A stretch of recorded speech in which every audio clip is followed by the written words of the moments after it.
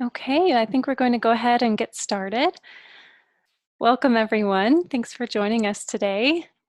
You are in the USAID Education Sector Reporting webinar, and this is just really a chance for you to get some updates on the new reporting requirements, and then to have an extended Q&A with some of our field experts. So I'll introduce our presenters in just a moment. But first, I just want to orient everyone to the Zoom platform. If you haven't been on Zoom yet, welcome. Just a few key features of the platform I want to orient you to. So we have our unmute and mute function over here in the bottom left corner of the screen. Everyone is automatically muted when you come into the room. So if you'd like to come off of mute to ask a question later in today's session, you simply click on that microphone icon on the left corner of the bottom of your screen. You'll have to roll your mouse over to see that toolbar appear, and you can click on the unmute button. If you have trouble with that, you can also type your question into chat or ask for help, and I can unmute you as well. To find the chat pod, you also scroll your mouse over the bottom of your screen. You'll see a toolbar appear and a little thought bubble icon with the word chat. Go ahead and open that. That will be our chat function for today, and we'll be queuing up some of our questions for our experts there in the chat box. So encourage you to use that. I'll just let you know that you can change who you're sending a chat to by using the drop-down menu next to the To field. It should be automatically set to everyone. If you type a chat there, everyone will be able to see it. But you can also select to type a chat to one individual. So that option is available for you as well. So with that, I will invite our presenters today to do a quick introduction. So Chris, would you like to come off of mute and just say a quick hello? Yes, thanks, Laura. Hello, everybody. Good morning. My name is Christopher Ying, and I'm a Senior Education Data Specialist in the USAID Office of Education. Awesome. Thanks, Chris. And Rebecca, would you like to do an introduction? Sure. Thank you, Laura. My name is Rebecca Schultz, and I'm a technical manager on the education team at Management Systems International. And I'm supporting Chris in this work through the Data and Evidence for Education Programs activity. Awesome. Thanks so much. So we'd like to get a sense of who is in the room with us today. So go ahead and type into the chat box your name and where you're calling from, the organization that you're with, and your role there. We would appreciate that information. We'd also like to get a sense of everyone's familiarity thus far with these requirements. So I'm going to open a poll now. You'll see that poll appear on your screen. And it's just simply, how familiar are you with the new education sector reporting requirements? So go ahead and give that poll an answer and just give us a sense of the experience in the room today.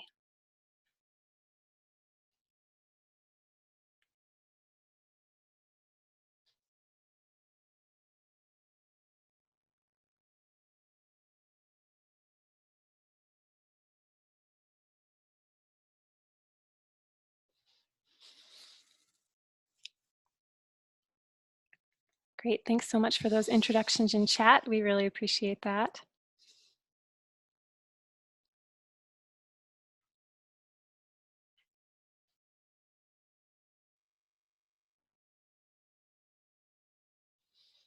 Awesome, and I'll give just about 10 more seconds to complete that poll. Just letting us know how familiar you are with these new requirements.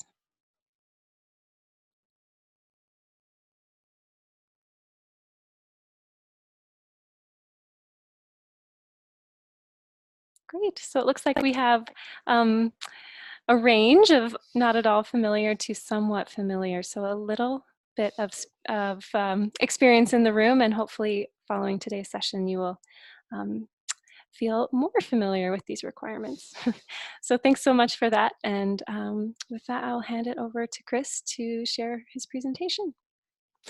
Great. Thanks, Laura. So once again, thanks everybody for joining us this morning. I'm very pleased on behalf of the Office of Education to be presenting to all of you this new education sector reporting guidance. This guidance reflects more than a year's worth of work on behalf of members of the Office of Education here at USAID, the work of Rebecca and her team at the DEEP activity, and in consultations with implementing partners like you. This guidance just went live, I believe, back in October. So we're still in the process of socializing it. We first socialized it with USAID missions around the world, and we're now reaching out to implementing partners to share the guidance, get feedback on it, and answer any questions that people have. So let's dive in. But before we dive into kind of the changes, I think it's really important that we talk about why these changes have happened. There we go. And really why USAID at this time has decided to release new education reporting guidance is because of the, I say new, but it was released in 2018, the new US government strategy on international basic education and the USAID education policy. I highly recommend, if you have a chance to read these documents, just to give you kind of a quick overview. The USG strategy on international basic education outlines the strategy by which the various agencies of the US government are coordinating on international basic education via the READ Act. So right now, members of various agencies within the US government are meeting to discuss kind of how we jointly report on progress on international basic education to Congress. And the new USAID education policy outlines kind of the future and vision for USAID education programming moving forward. For those of you familiar with the old USAID strategy from 2011 to 2015 with the old goal 1, 2, and 3, those are out. We're done with those. The education policy now prescribes and looks at a much broader range of programming that USAID is going to move forward with over the next few years.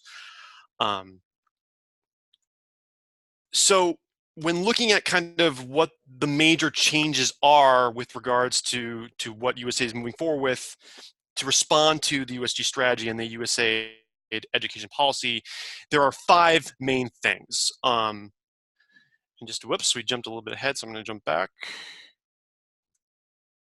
So one is, again, as I mentioned before, the old goals are out, the old massive targets that USAID set, 1 million children being able to read by a certain date. We're now changing our approach from a top-down approach to a bottom-up approach. So individual missions and operating units within USAID are going to be setting their own targets against their education portfolios. And we're currently in the process of designing target setting guidance, which will be released in early 2020. This will be developed in consultation with implementing partners like you. So look forward to that in the coming new year. Related, we're also producing guidance on internationally linked benchmarks, which I'll go a little bit more in depth in a little bit later in the presentation. We also have new and revised standard indicators across a variety of outcomes and outputs for the education portfolio. Again, I'll jump into that as well a little bit later in the presentation. And with those come revised and expanded disaggregates for those indicators. And again, all this is designed to really streamline reporting from the various activities that you all implement to the missions themselves, and then up to USAID Washington for reporting out to Congress, as well as kind of helping internal learning for the education sector. So to dive in to be a little bit more specific on our revised and expanded indicators.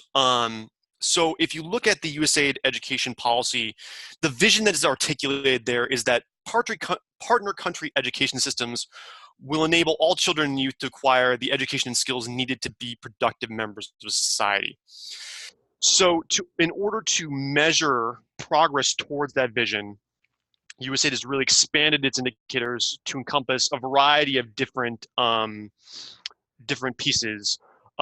We now have indicators that span the full spectrum of education levels from pre-primary to higher education, and measure learning outcomes in a variety of skills, which include reading, math, social emotional learning, technical vocational skills.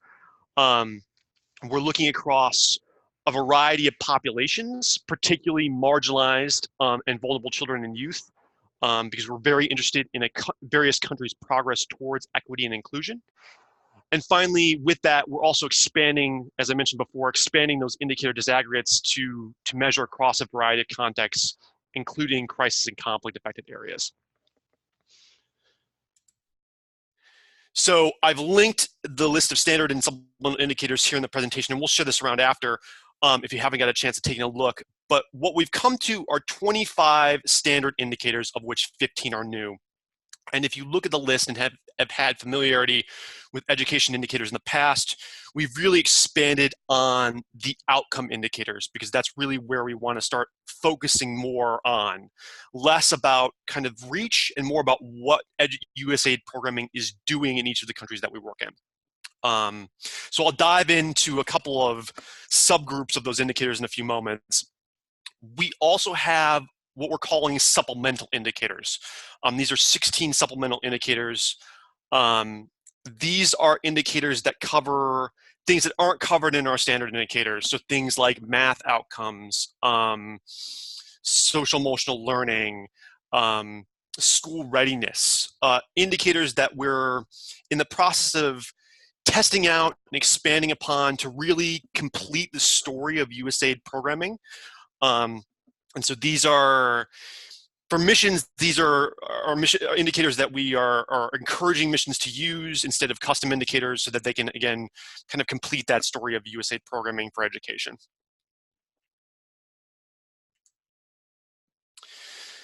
So to go a little bit more in depth about what I've been talking about in terms of changes on standard indicators, just to take a look at a particular subgroup, one I think that's particularly relevant is the reading outcome standard indicators. You see the four main reading outcome standard indicators here.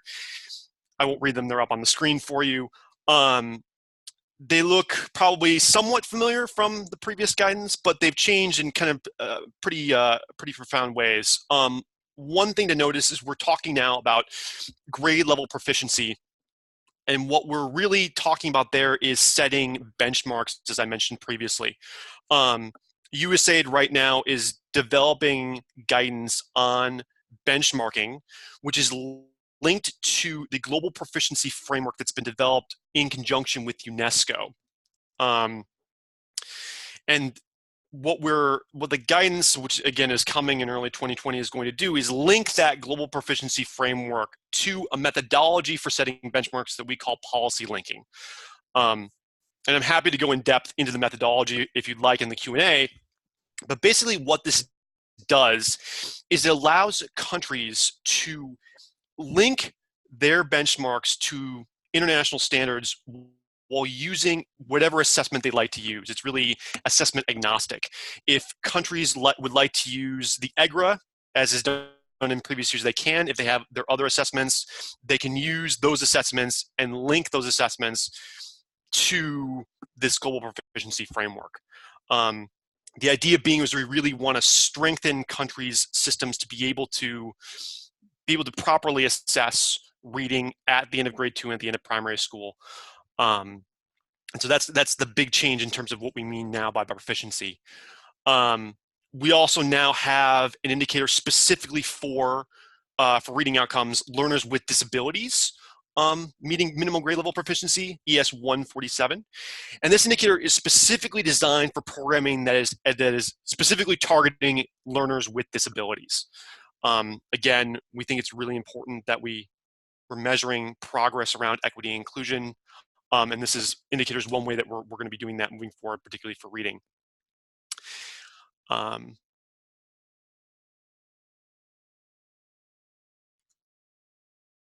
We also have a suite of youth workforce development standard outcome indicators that have changed from the previous guidance. Again, for those of you familiar with the guidance previously, they look a little familiar. One of the big changes around both how we're measuring changes in earnings following participation in workforce development programs as well as new employment is there's a new tool coming out, actually that has just come out, called the Workforce Outcomes Reporting Questionnaire, or as we like to call it, the WORK questionnaire.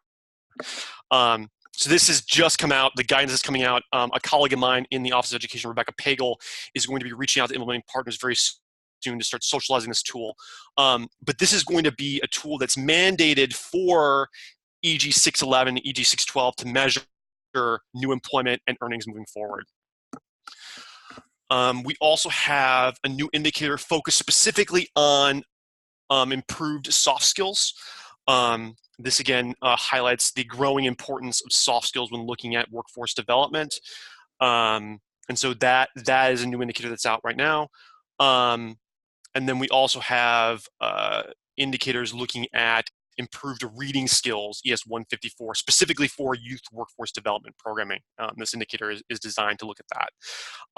In our supplemental indicators, we're also developing youth indicators for looking at technical vocational skills, digital skills, and math skills as well.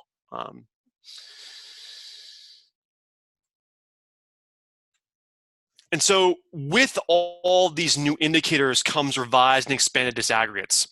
And again, as I mentioned, it's really, again, these disaggregates are focused on measuring progress towards equity and inclusion.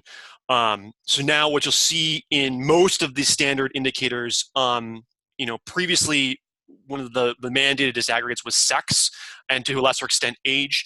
You're now going to see that along with sex and age, measuring persons with disabilities under those indicators, as well as crisis and conflict affected individuals, is going to become particularly standard for indicators across the board. And again, we think this is really important to get a sense of how progress is going across different contexts and across different populations moving forward.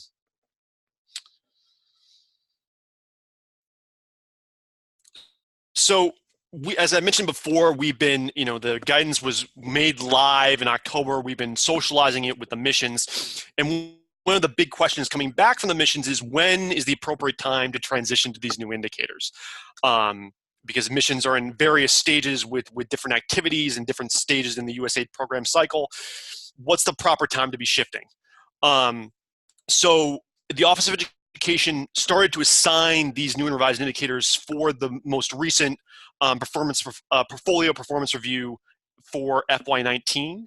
But what we've told missions is that ultimately they're going to have to determine how best transition to these new indicators based on their respective portfolios. We recognize that for both missions and implementing partners, there are cost implications to transitioning to new indicators. We understand that there are contract obligations that need to be met. So what we've been really telling the missions is that they should talk with their implementing partners and see what's most appropriate.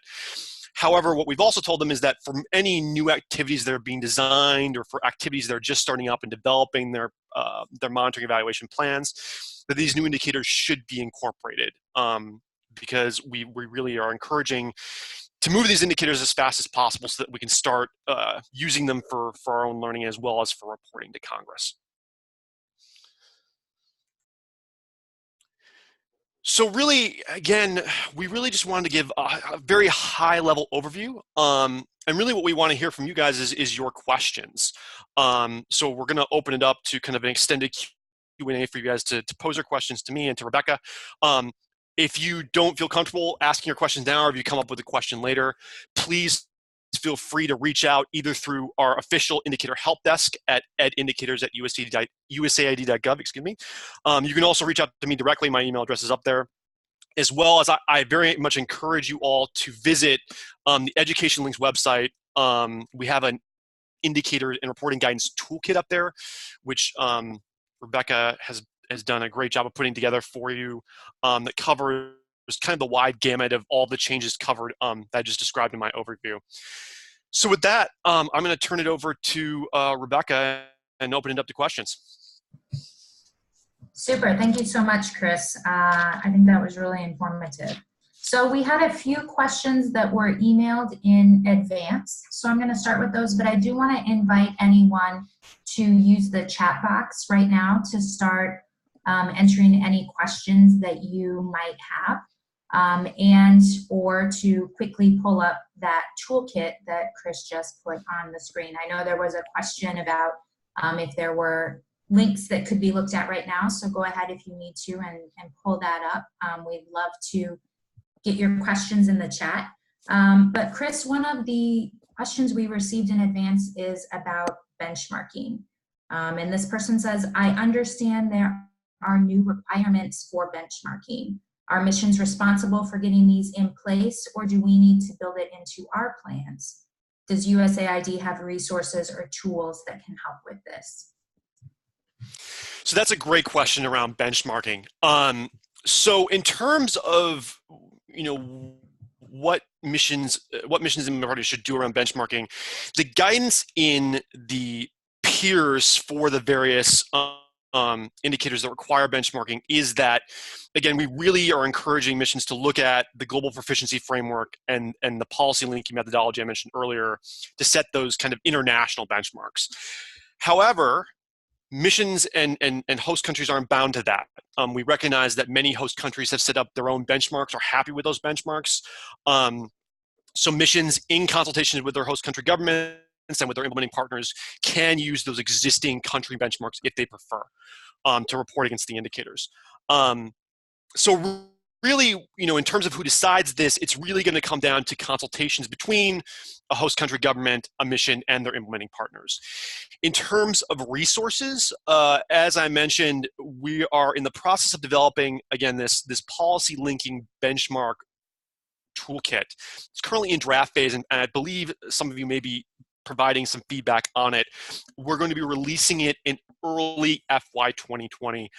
So you'll be seeing it early on in the new year, and that'll be our main resource. And then as we socialize that, more resources will become available through the Office of Education. Super, thank you, Chris. Our next question is about other agencies. And this person says, previously there was some alignment between reading indicators for USAID and USDA's McGovern Dole indicators. Will that continue with these new indicators? So that's a great question. That is linked to the work that we're doing under the USG strategy for basic education. As I mentioned, there's currently a working group of representatives from the various agencies that work on international basic education, including USDA, working with us to coordinate our various indicators for reporting to Congress. So, again, with things like McGovern Dole, we are looking at that. We're looking at how our indicators link to those indicators, and then trying to create a kind of a coordinated response for mission reporting.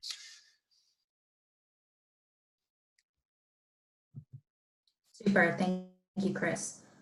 We have a question about the peers that has come in the chat window. And they are saying, are all the peers for the new indicators available? And they're asking specifically about the one on teacher absenteeism. So maybe you can talk a little bit about the ongoing development for some of the supplemental peers. Definitely. So before I jump into the supplemental indicators, for the standard indicators, all the peers are available. And if for some reason they aren't, please let us know. For the supplemental indicators, some of the supplemental indicators are still in kind of development phase. We're kind of testing them, as it were, and that's why some of them are considered to be supplemental. So on the EduLinks, the link that I provided here, when you look at the indicators, some of the supplemental indicators peers are not yet available, and teacher absenteeism is one of them. We're currently working with a deep team to finalize those peers, and those peers will be coming in 2020.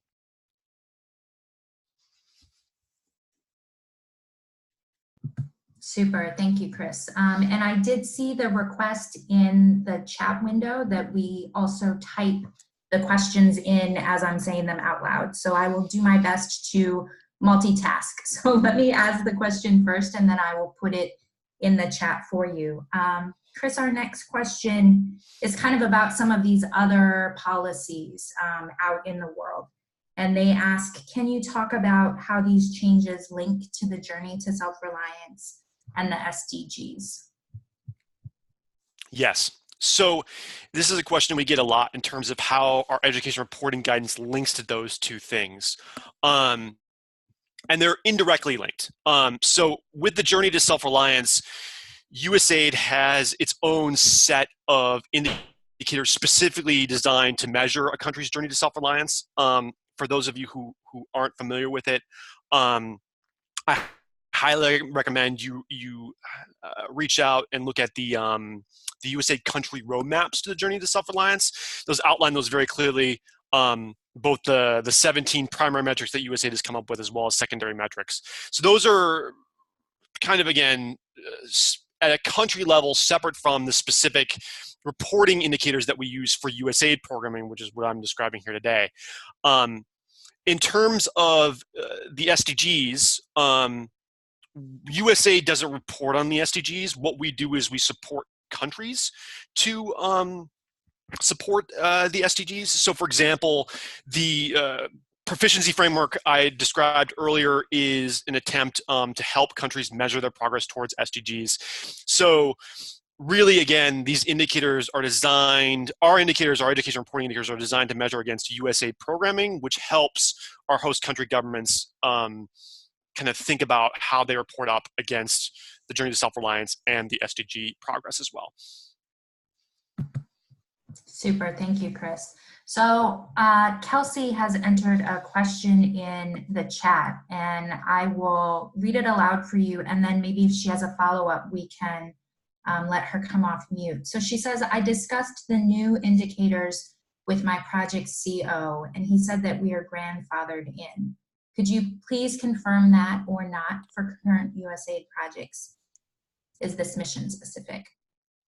So Kelsey, that's a great question. So if I understand your CO when he says that we're grandfathered in, and please clarify if I get this wrong, what I interpret that is that he's got basically the indicators that you have are linked with your various contracts or agreements. And we recognize that that's the case for many missions for current activities that are ongoing. Again, what we've told missions is that's perfectly acceptable. Again, if it's, if you're looking at indicators and an activity is far enough along that it doesn't make sense to modify a contract or an agreement, or if there are significant budget changes, then missions should feel comfortable continuing to report against the old indicators, what are called archived indicators. Where missions feel that they can, if an activity is early on in its development or its progress, and a missions implementing parties feel comfortable transitioning, we've encouraged them to do that. Again, we'd like to move to these new indicators as quickly as possible, but that is very much mission specific. We have not given kind of a blanket response on current USAID projects. That being said, for anything newer in design, we have told missions that they should start to put those new indicators in. Super. And Chris, that has sparked some related questions. Stephanie, if I get the nuance of this question wrong, please chime in and we'll maybe take you off mute. It seems like she is interested, Chris, in the possibility of if they want to partly review their methods and maybe incorporate some of these changes, would they talk to their USAID project officer? What would that look like if they wanted to start making some changes sooner rather than later? Stephanie, that's a great question. I would say, again, if on your side, you're looking at this new guidance, you want to be better aligned, definitely take it up with your COR, AOR, have that conversation, and see what, between the two of you, see what is appropriate in terms of transitioning. Again, I don't want to give you, one way or the other. I think, again, it depends on the activity, the contract, your budget, a bunch of different things. But I don't see any reason why, again, if on your side you're interested in aligning to the new guidance, to raise it with your COR or AOR. Super. Chris, our next question is about disaggregates, which I'm surprised there have not been questions sooner. But they're looking specifically at EG 611, which is average percent change in earnings. But I suspect this could be, answered even more broadly. And they're saying there's plenty of disaggregation levels. What's the best approach when you see so many disaggregates?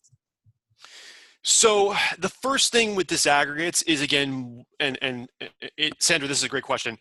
The first thing that's important to consider with disaggregates is, we've listed everything that could be possibly relevant in what we want to look at disaggregate wise. And we recognize that for some activities, those disaggregates aren't relevant. For 611, you may not be working in crisis and conflict affected areas, so you wouldn't include that disaggregate. And we firmly recognize that. From there, in terms of information, information being limited, again, that's a conversation to have with your AOR or COR in terms of what you're able to capture for that particular indicator, for that particular activity. We realize that some of this information these aggregates might be new for a particular activity, and so again, it's worth raising the conversation with your COR and AOR to talk about kind of what makes sense and how to move forward with that. Great. Are there any other questions about disaggregates or anything else that we might want to hear from Chris about these new indicators, these new reporting requirements? Maybe even the policy. Chris, I assume you're open to questions about that too. Sure.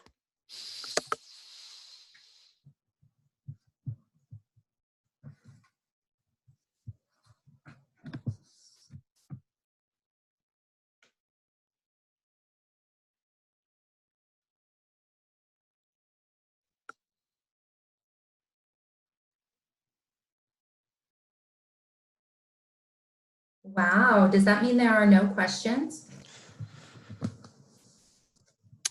Well, if there aren't, I'll make one last plug. Again, I would encourage everyone to please, visit EduLinks, look at the guidance, read through the peers. Again, if questions come up, please feel free to email us. And then, in terms of reach out through your missions, reach out through your ARs and CRs, have the conversations. And again, we're always here to help. Just let us know.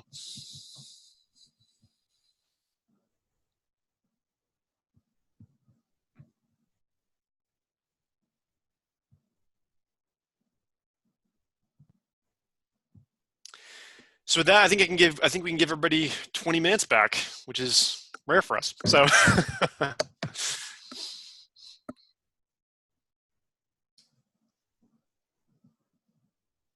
Well, thank you very much, Chris. I think this has been super helpful. Great. Thanks so much, Chris. We would like to just gather any feedback you all have about today's session. I'm going to post another little poll here, just asking you how useful today's session was. And then please offer us in the chat any suggestions you have about making something like this more useful in the future, or further needs you have related to the content. We would love to be able to meet those needs. So I'm going to go ahead and post that poll. We appreciate your feedback, and have a wonderful rest of your day or evening.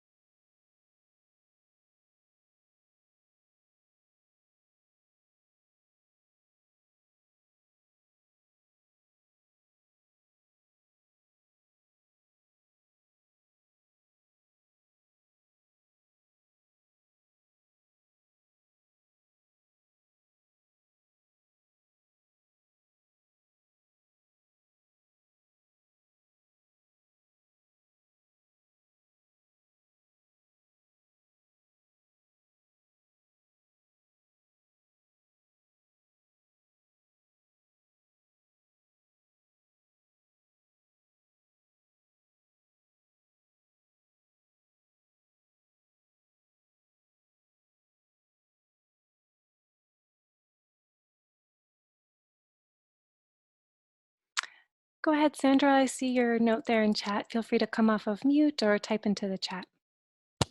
Great, thank you. Probably easier if I just ask out loud. Hi, Christopher. Thank you so much, and Rebecca and Laura, everybody. I was just wondering on the workforce development indicators. Work at work learning, and we have some programs that work on workforce development. One of the main challenges that we have to measure the increase in or the more jobs or increase in salary is the time that passes. After the participants complete the program, sometimes they won't get a job just the next month, right? And certainly their salary increase sometimes won't happen right away. So how do we calculate that into a measurement? And I apologize because I haven't read the peers, like right now I don't have it on top of my head, but I just wanted to see what's your advice. So Sandra, that's a good question, and I've worked previously on in my past lives before USA. I've worked on USAID, workforce development programs where I've had that same problem. Right. I don't have a good answer for you right off the top Okay. of my head, Mm-hmm. but what I would encourage you to do is look out for, again, my colleague Rebecca Pagel here in the Office of Education is going to be doing a webinar on the work questionnaire. Mm-hmm. The tool that we're going to be mandating for new employment, and that's a question definitely to pose to her because Okay. she's our resident youth expert. I'll flag that for her now, though. I'll put that Okay. and kind of reach out to her about that. And if she has a good response, I'll make sure that she responds back to you on that, because it's a really good question, one that Right. is, I know, challenging for many people who are doing this type of work. How to kind of adjust for that. Right. Especially when there are percentages, because you have, Mm-hmm. the denominator probably is what people that completed the training or completed the program, and Right. then when do you measure it, right? Like it's not going to be this quarter, next quarter. It's very interesting. I really like it, but it's complex to to measure it. But yeah, okay. Thank you so much. Yeah, you're welcome. Mm-hmm. Okay.